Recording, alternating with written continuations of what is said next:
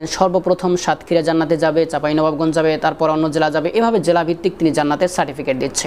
আমির হামজা ভাই, আপনি যদি চান আমি যে কথাগুলো বললাম আমার কথা যে সঠিক, জাতিকে সঠিকটা জানানোর জন্য যদি আপনি চান তাহলে আপনি ভিডিওর মাধ্যমে আসবেন, সেখানেও মানুষকে বলবেন যে না, আমার ছোট ভাই যে কথাগুলো বলেছে সেটা সঠিক কথা, ভুল কথা বলে নেই।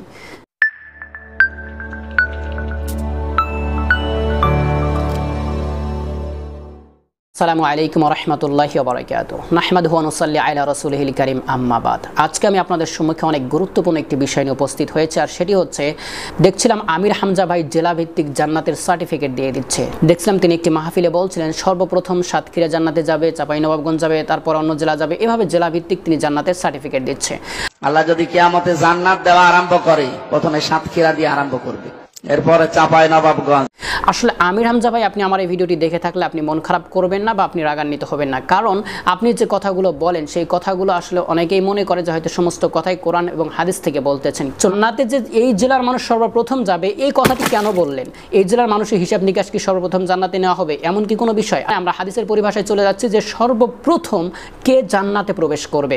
যে আনাস রাদিয়াল্লাহু তাআলা আনহু থেকে বর্ণিত, তিনি বলেন নবী করিম সাল্লাল্লাহু আলাইহি ওয়াসাল্লাম তিনি বলেছেন আনা আউয়ালুন নাসি ইয়াশফাউ ফিল জান্নাতি, যেখানে নবী করিম সাল্লাল্লাহু আলাইহি ওয়াসাল্লাম বলেছেন আমি হচ্ছি জান্নাতের সুপারিশকারী এবং আমি জান্নাতের সর্বপ্রথম প্রবেশকারী। এখন কোন জেলার মানুষ যাবে বা জাতিগতভাবে সর্বপ্রথম কোন জাতি জান্নাতে প্রবেশ করবে? তাহলে আমরা দেখতে পারি সহিহ বুখারীর 876 নম্বর হাদিস, যেখানে বলা হয়েছে নবী করিম সাল্লাল্লাহু আলাইহি ওয়াসাল্লাম বলেন আমরা হচ্ছি শেষ জাতি, কিন্তু জান্নাতে প্রবেশের দিক দিয়ে আমরাই হচ্ছে সর্বপ্রথম জাতি। মানে নবী করিম সাল্লাল্লাহু আলাইহি ওয়াসাল্লামের যে উম্মতেরা আছি আমরাই জান্নাতে সর্বপ্রথম প্রবেশ করব, কিন্তু আমাদের মধ্যেই আবার ভাগ করতেছি আমরা যে এই জেলা আগে যাবে, ওরা আগে যাবে। সব কিছু বিবেচনায় আমরা যেটা বুঝতে পারি ভাই, যে কোনো জেলাকে রাসূল সাল্লাল্লাহু আলাইহি ওয়াসাল্লাম নির্ধারণ করে নাই, কোনো হাদিসে আসে নাই, কোরআনে বলা হয় নাই যে এই জেলা সর্বপ্রথম জান্নাতে প্রবেশ করবে। সুতরাং যে সমস্ত আলেম ওলামারা আছেন ভাই, আপনারা জাতির সামনে কথা বলতেছেন, আল্লাহ আপনাদেরকে কবুল করেছে কথা বলার জন্য, আল্লাহ আপনাদেরকে সুযোগ দিয়েছে ইসলামের খেদমত করার জন্য। সুতরাং এই সুযোগটাকে কাজে লাগিয়ে আল্লাহকে আপন করার চেষ্টা করেন, মানুষের মন জয় করার জন্য সেই জেলাকে জান্নাতের সার্টিফিকেট দিয়ে দিবেন না। আশা করছি আমার কথা আপনারা বুঝতে পেরেছেন।